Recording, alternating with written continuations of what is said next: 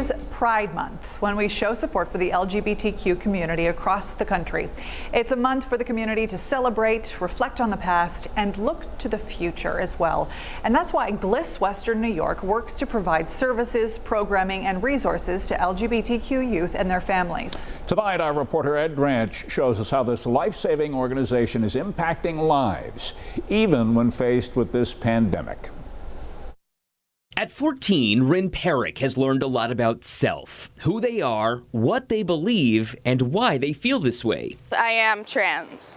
Trans is identifying with a gender that you were not assigned at birth. Rin, a student at Williamsville South, uses they-them pronouns, something that is comfortable in what they call the non-binary state, neither male nor female. I like traditionally masculine things and traditionally feminine things, but in a way that's not traditionally masculine or feminine.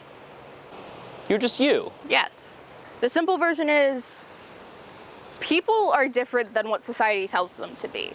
Some people are different in a way that means they can't present as what society expects them to be because it makes you feel horrible. That overwhelming feeling is something that often leads to poor outcomes for LGBTQ children, especially if they don't have a strong support system.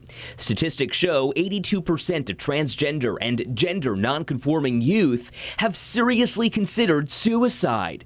LGBTQ youth are also 2.5 times more likely to self-harm.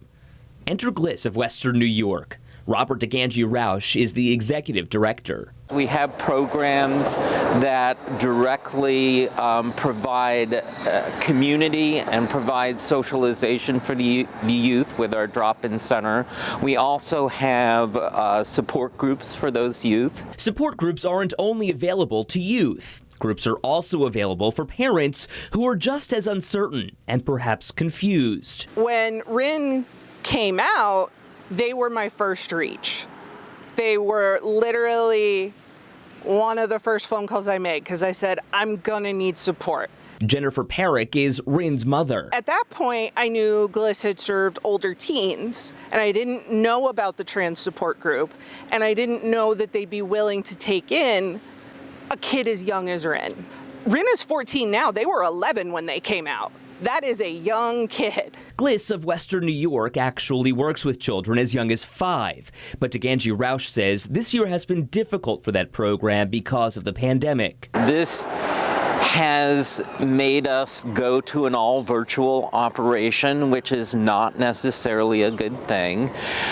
We had just started services for younger youth, as young as age 5, those we call the gender creative set, and that population doesn't work well at all virtually, so we actually had to suspend that program and its operation right after starting it. The youth really learn not to love themselves because they're different, and they have to relearn to love themselves. For Rin, that feeling of self-worth and that idea of